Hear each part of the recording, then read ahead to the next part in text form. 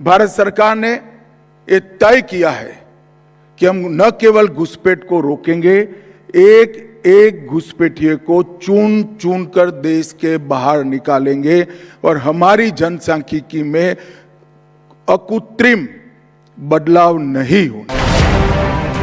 বাংলাদেশি অনুপ্রবেশকারী ও রোহিঙ্গাদের বাংলা থেকে বিদায় করতে তৎপর বিজেপি সরকার।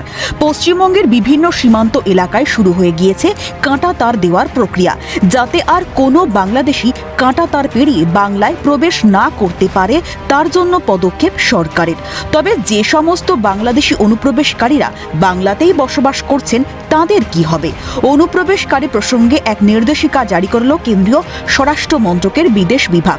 নির্দেশিকায় বলা হয়েছে, এবার জেলায় জেলায় তৈরি হবে হোল্ডিং সেন্টার। অবৈধভাবে ভারতে বসবাসের অভিযোগে ধৃত বাংলাদেশি ও রোহিঙ্গা নাগরিকদের রাখার জন্য এই বিশেষ কেন্দ্র গড়ে তোলার উদ্যোগ।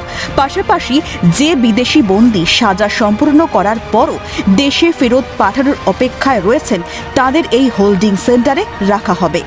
সম্প্রতি কেন্দ্রীয় স্বরাষ্ট্র মন্ত্রকের বিদেশি বিভাগ থেকে জারি হওয়া এক চিঠিতে রাজ্য প্রশাসনকে এই বিষয়ে প্রয়োজনীয় পদক্ষেপ নেওয়ার নির্দেশ দেওয়া হয়েছে। চিঠিতে বলা হয়েছে, অবৈধভাবে দেশে থাকা বাংলাদেশি রোহিঙ্গাদের শনাক্তকরণ, আটক এবং পরবর্তী সময়ে তাদের নিজ দেশে ফেরত পাঠানোর ক্ষেত্রে নির্দিষ্ট প্রক্রিয়া অনুসরণ করতে হবে। সেই নির্দেশ মেনেই প্রতিটি জেলায় প্রশাসনকে উপযুক্ত জায়গা চিহ্নিত করে হোল্ডিং সেন্টার তৈরির উদ্যোগ নিতে বলা হয়েছে। প্রশাসনিক সূত্রের খবর, খুব শীঘ্রই জেলা প্রশাসনের তরফে সম্ভাব্য জায়গা চিহ্নিতকরণের কাজ শুরু হতে চলেছে। Sayantan Bhattacharya report, Calcutta news.